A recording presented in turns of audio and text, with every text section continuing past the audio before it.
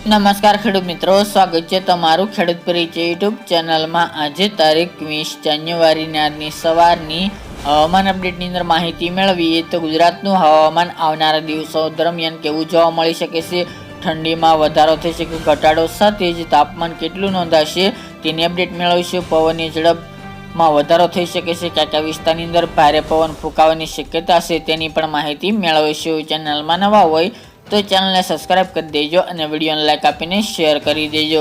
ખાસ કરીને અત્યારે ગુજરાતનું વાતાવરણ સાવ ચોખ્ખું જોવા મળી શકે છે, તેમજ કોઈ ગુજરાતની અંદર માવઠાની સંભાવના દેખાઈ રહી નથી। આ સાથે દિવસે ને દિવસે ઠંડીમાં વધઘટ સાથે નોર્મલ તાપમાન જોવા મળી રહ્યું છે। અમુક વિસ્તારની અંદર હજુ ઝાકળ વરસાદ પણ જોવા મળી રહ્યો છે।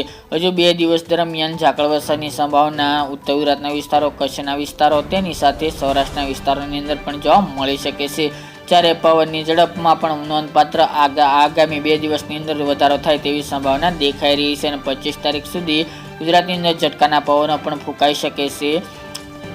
જેમની અંદર વાત કરવા જઈએ તો પવનની ઝડપ અત્યારે જે નોર્મલ 8 થી 12 કિલોમીટર પ્રતિ કલાકની જોવા મળી રહી છે, તેમાં વધારો થઈને 20 કિલોમીટર પ્રતિ કલાકની ઝડપે તમામ વિસ્તારની અંદર પવનની ગતિ જોવા મળી શકે છે। જ્યારે સૌથી વધુ સૌરાષ્ટ્રના દરિયાકાંઠાના વિસ્તારો જેમાં પોરબંદર, ગીર સોમનાથ અને દ્વારિકામાં વધુ પવન જોવા મળશે। જામનગરમાં પણ પવનની ઝડપની સ્પીડ 10 થી લઈને 20 કિલોમીટર પ્રતિ કલાકની જોવા મળે તેવી સંભાવના દેખાઈ રહી છે। જ્યારે ઝટકાના પવન 21 થી લઈને 28 કિલોમીટર પ્રતિ કલાકની ઝડપે જોવા મળે તેવી સંભાવના રહેલી છે। જ્યારે કચ્છના વિસ્તાર અને ઉત્તર ગુજરાતના જે થરાદ, સુઈગામ, રાધનપુર અને મહેસાણાના પણ અમુક વિસ્તારની અંદર પવનની ઝડપમાં નોંધપાત્ર વધારો થાય તેવી સંભાવના દેખાઈ રહી છે। ઝટકાના પવનો 25 થી 30 કિલોમીટર પ્રતિ કલાકની ઝડપે ફૂંકાય તેવું અનુમાન હાલ તો જોવા મળી રહ્યું છે।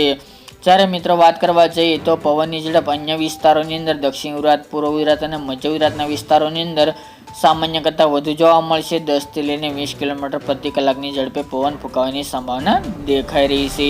જ્યારે મિત્રો વાત કરીએ તો ઠંડીની, અત્યારે ઠંડીનું જોવા જઈએ તો શિયાળો ચાલી રહ્યો છે અને અંત પર પહોંચી ગયો છે। જ્યારે જાન્યુઆરી મહિનાનો પણ એન્ડ થવા આવી રહ્યો છે, જ્યારે હવે ઠંડીમાં ધીરે ધીરે ઘટાડો થવાની સંભાવના દેખાઈ રહી છે। પરંતુ આગામી 25 તારીખ સુધી ગુજરાતની અંદર ઠંડીમાં થોડો વધારો જોવા મળી શકે છે। અત્યારે જે તાપમાન ચાલી રહ્યું હતું તેમાં ફરીવાર 1 થી 2 ડિગ્રીનો ઘટાડો જોવા મળશે।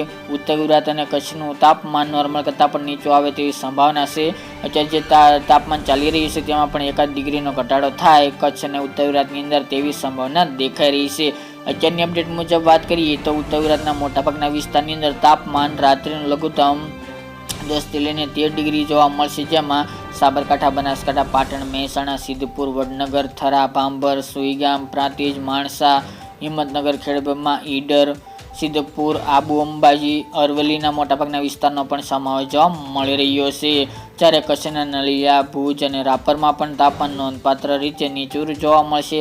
સૌથી નીચું તાપમાન નલિયામાં 8 થી 10 ડિગ્રી વચ્ચે જોવા મળે તેવું હાલ તો અનુમાન જોવા મળી રહ્યું છે। જ્યારે સૌરાષ્ટ્રનું તાપમાન જેમાં ભાવનગર, અમરેલી, બોટાદ, સુરેન્દ્રનગર, દ્વારિકા, જામનગર, ગીર સોમનાથ, જુનાગઢ સહિતના વિસ્તારની અંદર 10 થી લઈને 15 થી લઈને 17 ડિગ્રી વચ્ચે જોવા મળશે। જ્યારે તેનાથી નીચું રાજકોટમાં 14-15 ડિગ્રી સેલ્સિયસ સુધી તાપમાન જોવા મળે તેવું અનુમાન જોવા મળી રહ્યું છે। બાકીના દક્ષિણ ગુજરાતના વિસ્તારની અંદર પણ 15 થી લઈને 18 ડિગ્રી સેલ્સિયસ વચ્ચે તાપમાન જોવા મળશે।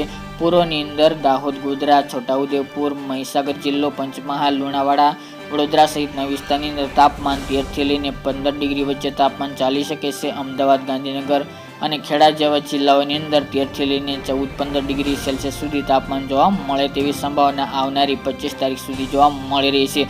ત્યારબાદ મોટાભાગના વિસ્તારની અંદર તાપમાન ધીરે ધીરે વધે છે।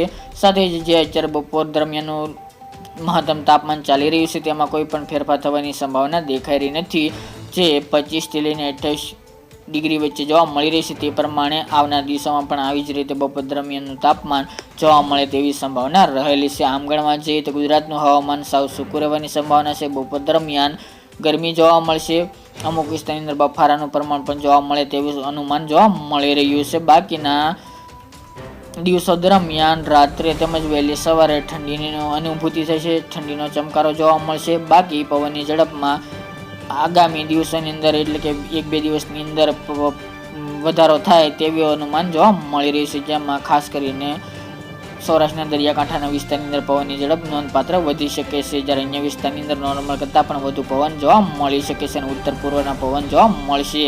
તો મિત્રો આ અત્યારની વહેલી સવારની અપડેટ. ફરી એક નવા વિડીયો સાથે મળીશું. આજ માટે એટલું જ. જય જવાન જય કિસાન મિત્રો.